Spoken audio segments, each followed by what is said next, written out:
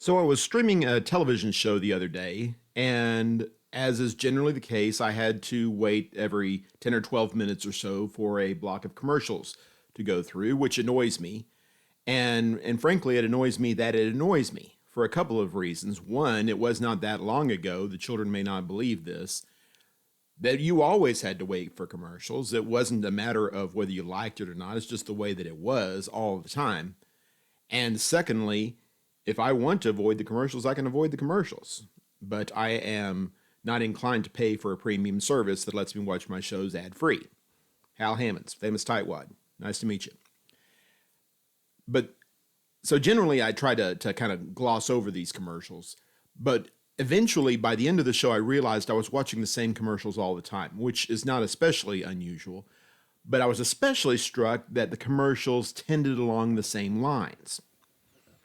There are three commercials particularly that came up. One was a young girl who was showing how to block your front door against break-ins with this simple device. It just kind of slips over the front of your door, far more effective than a regular deadbolt or anything. So avoid break-ins. That's nice. And there was another one about a combination camera microphone that you can put all over your house that will notice if anybody is present or not present that shouldn't be or should be. Somebody comes in the door unexpectedly, watch over your children, talk to them, make sure everything's okay when you're off at work earning money or whatever. And there was another one that was a sensor that you could put anywhere in your house or anywhere outside of your house or whatever. It hooks up to your smartphone and it detects changes in temperature or humidity or whatever, so that if your bathroom overflows or if your toolbox is catches on fire or whatever it happens to be, you'll notice. It'll give you an alert when things are going wrong, or at least when things are going different, and you can determine exactly how wrong that is. All three of these devices have safety in common. And it's a great illustration of what I have been perceiving and struggling to put into words over the last couple of years or so. I'm going to try to do it a little bit today. This obsession that we have in our world today, including the people of God, over safety. It's a word that is thrown about a whole lot. It has been for the last year or so. We absolutely have to be safe. We need to make sure that we're safe. We can't go anywhere until we're safe, things of that nature. And I am all in favor of avoiding danger. I think that there is something to be said for safety and for maximizing your safety. That is not a point that is completely lost on me. But when safety, and not only safety, but 100% or very close to 100% safety becomes the goal, we lose sight of what it means to live our lives. Frankly, 100% safety is not achievable. And I think somehow we have gotten to the point in our existence here in the 21st century where we are so safe. We are so secure in our persons and in our property, in the United States at least. And in other countries that, maybe not every single country, but most developed countries anyway, are extraordinarily safe. And because of that, the rare chance, and these days, of course, it's all over the internet and TV when it does come up, this rare chance of loss or harm or injury or illness, which is the context where we hear the word safety probably most often these days. When that rare occasion pops up and becomes obvious that it is a possibility, we freak out. We become incapable of functioning because we don't feel like we are safe. What I want to emphasize to you today is, one, you're never going to be completely and totally safe. And two, striving to be completely and totally safe is not the goal. In fact, it will interfere with your goal. And that's true in a spiritual sense especially. It's also true in a physical sense. You're just going to be incapable of doing anything productive if you feel like it's going to hurt you or that it may cause damage or it may go poorly or whatever. Our idea of safety is completely mistaken. We have it all backward. And we as Christians ought to understand this because the Bible teaches us this. People out there in the world who have separated themselves, sometimes deliberately and dogmatically separated themselves from God, and they believe that they are the creators of their own universe, maybe it's reasonable that they become obsessed with safety and they fault themselves and fault their society when they are not as safe as they would like to be. We as Christians should be able to put this in proper perspective. We should be able to understand what it means to be safe and what the true safety is that we enjoy as Christians that overrides any other kind of concerns. When we talk about being safe, in the famous words of Ms. Crosby, safe in the arms of Jesus, we're not talking about being immune from any kind of harm, immune from any kind of hardship or setback. We're saying that our life is hidden with Christ in God, Colossians 3, verse 3, that we are safe eternally. We are safe spiritually. That does not mean that hardship is not going to come. That does not mean that spiritual hardship is not going to come. But it does mean that we should be able to feel secure. We should be able to feel confident in our relationship with God, in the work that God gives us to do.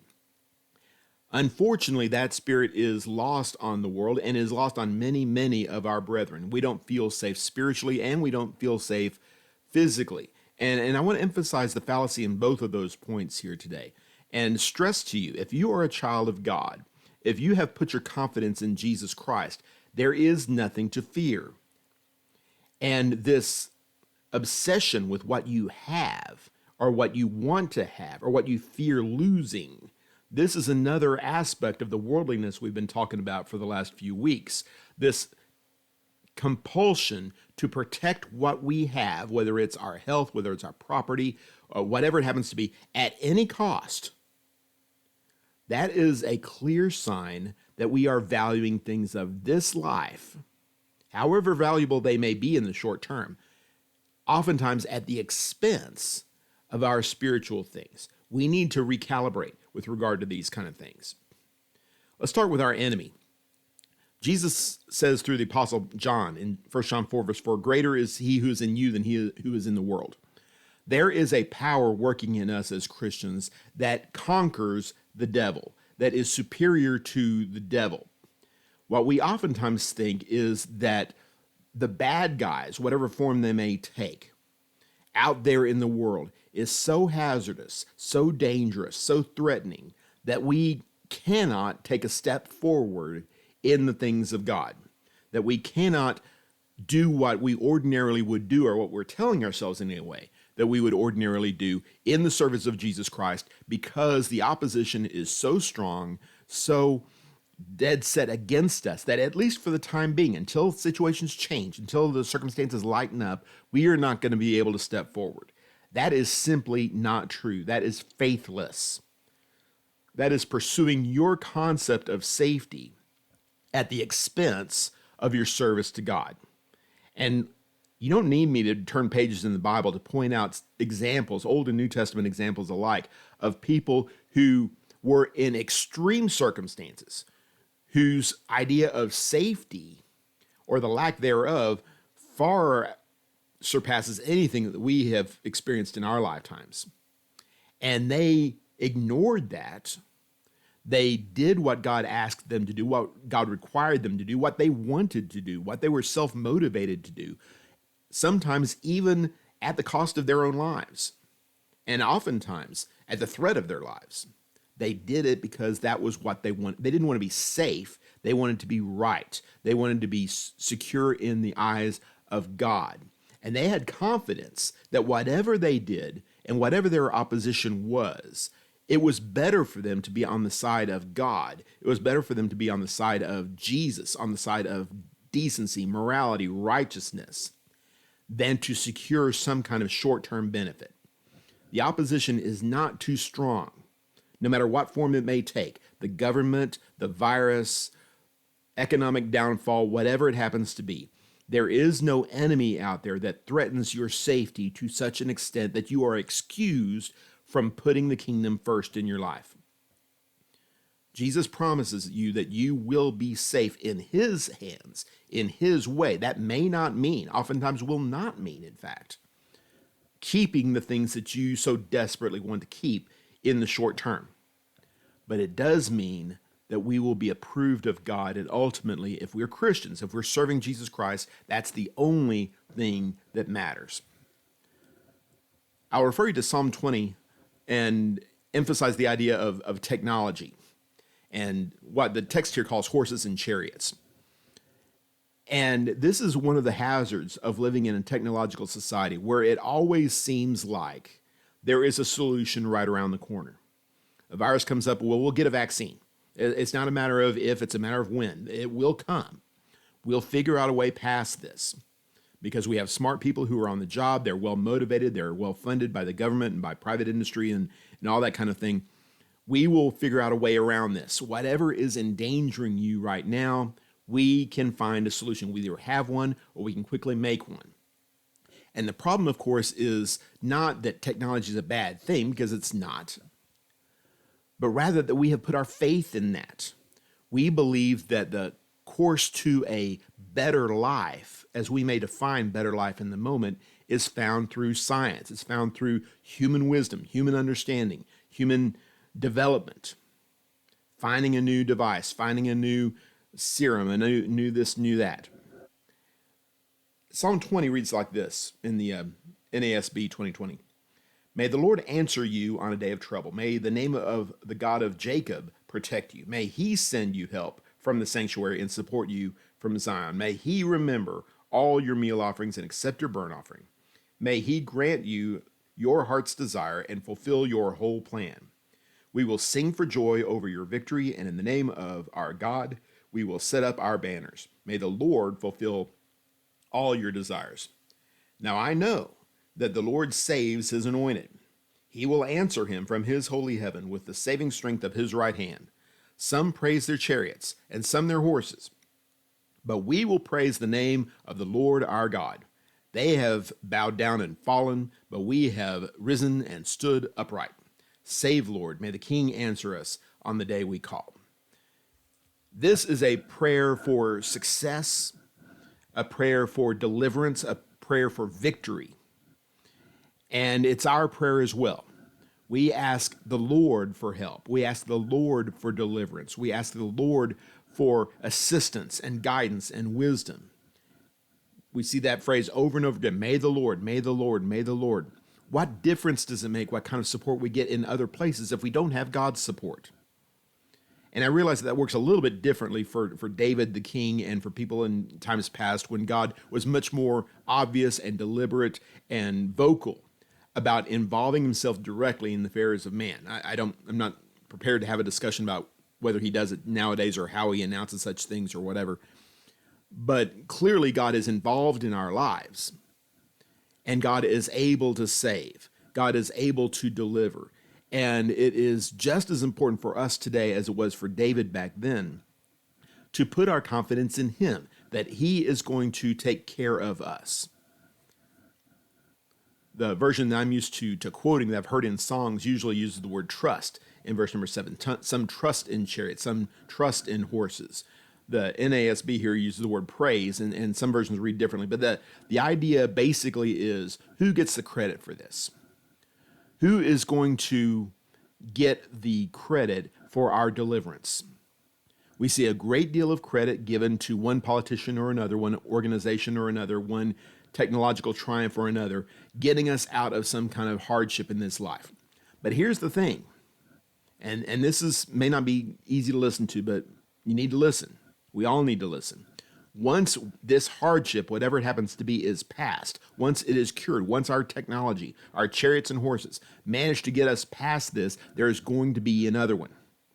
There is always going to be another setback. There's always going to be another disaster. There's always going to be another cause for fear and doubt and worry. And so we have to go back to our chariots again. We have to build a better chariot. We have to build a fancier chariot. Spend a whole bunch of taxpayer money trying to get better and better chariots, better and better horses. And I'm not suggesting that is a bad idea necessarily. I'm not anti-technology here. I'm not opposed to solving problems in the short term. But we as Christians need to get off of this crazy roller coaster that teaches us that life is about fixing problems, that life is about securing ourselves in the physical world. When you trust in God for your salvation, when you trust in God for your deliverance, it doesn't matter what comes up over the horizon. It doesn't matter what's around the corner or over the next hill. Whatever the hardship is, God will empower you to succeed in those situations. Now, succeeding in those situations is not the same thing as surviving those situations. We need to grant that. Going in God's way can have some very negative short-term consequences. If you trust in God alone, things may not go as well for you. And some people have been motivated by their faith to not lock their doors or not take medicine or whatever it happens to be. And oftentimes they pay a penalty that I'm personally persuaded they didn't need to pay. But isn't it better to err on the side of trusting God too much than not trusting God enough? And isn't that what we're doing? When we lose sleep, when we lose weight, we lose hair, we lose whatever it happens to be over the stress that is in our lives because we can't handle what's going on in our world. We are so fearful of what's going on out there that we're incapable of acting. At some point, and Christians need to acknowledge this, at some point this becomes a faith problem. At some point, we have ceased to trust in the name of the Lord our God. And we need to back up. We need to reassess in these kind of situations. We need to have confidence that He is watching over us, that He is blessing us, that heaven is our home. And whatever happens or does not happen to us in this life, we can have assurance that we are in the hands of God and that we are safe as He defines safe. Whether or not we're safe as we or our culture defines safe, that's irrelevant. The important thing is that God will deliver us and ultimately put us in a place of ultimate heavenly security. I think the problem is that we don't have enough of a desire for that we are so caught up in a prosperous and comfortable physical life that it is way too easy to take our eyes off of heaven. This is what worldliness is all about. It's not about indulging in bad things. It's about trusting in physical things to the point where you no longer become focused and centered on heaven. Paul says that he's learned the secret of contentment in Philippians 4, verse 12. Whether he has much or has little, I can do all things, verse 13, through Him who strengthens me, through Christ Jesus who strengthens me. And the same kind of assurance can be ours. We can find that contentment if we want it. And I think that's mostly the problem, that we would be perfectly willing to be content if we had more, or if we had less, depending on what we're talking about. More possessions, more comfort, more money, less fear, less anxiety, less disease, less problems, less government, whatever your bugaboo happens to be. We need to recognize that we are, as chapter 3, verse 20 says, citizens of heaven, that we belong in heaven, and we are waiting for a Savior to come from there, not from Washington, not from the Capitol, not from the college laboratories or anything such as that. Our salvation comes from heaven. Our Savior comes from heaven, because ultimately we are concerned about spiritual things. Again, not saying we're not concerned about physical things, because we are, but they do not affect our life. They do not touch our life, because our life is in heaven. That is our home. That is our ultimate hope. Not that we have a more comfortable life here, not that we cure this or that, or get this person elected or this person unelected or what have you. Our hope is always in heaven. That is always our focus. That is always our determination. And that gives us courage and peace to make it through times of anxiety, make it through times of hardship, times of loss, because we are centered, because we are grounded in spiritual things. Just like the tree that has roots 10 feet deep into the ground. The wind may come and the wind may shake the tree, but the tree doesn't go anywhere because the tree is rooted in the earth. When you are rooted in Jesus, when, like Psalm 1 tells us, we are like a tree planted by the waters. We have that firm foundation that can't be shaken. Whatever happens out there in the world may and probably will affect us to a certain degree, but it doesn't change who we are. It doesn't change what our priorities are. It doesn't change our faith, our hope, or our center, or our citizenship. What we need is more of a focus on the ability to deal with circumstances rather than better circumstances.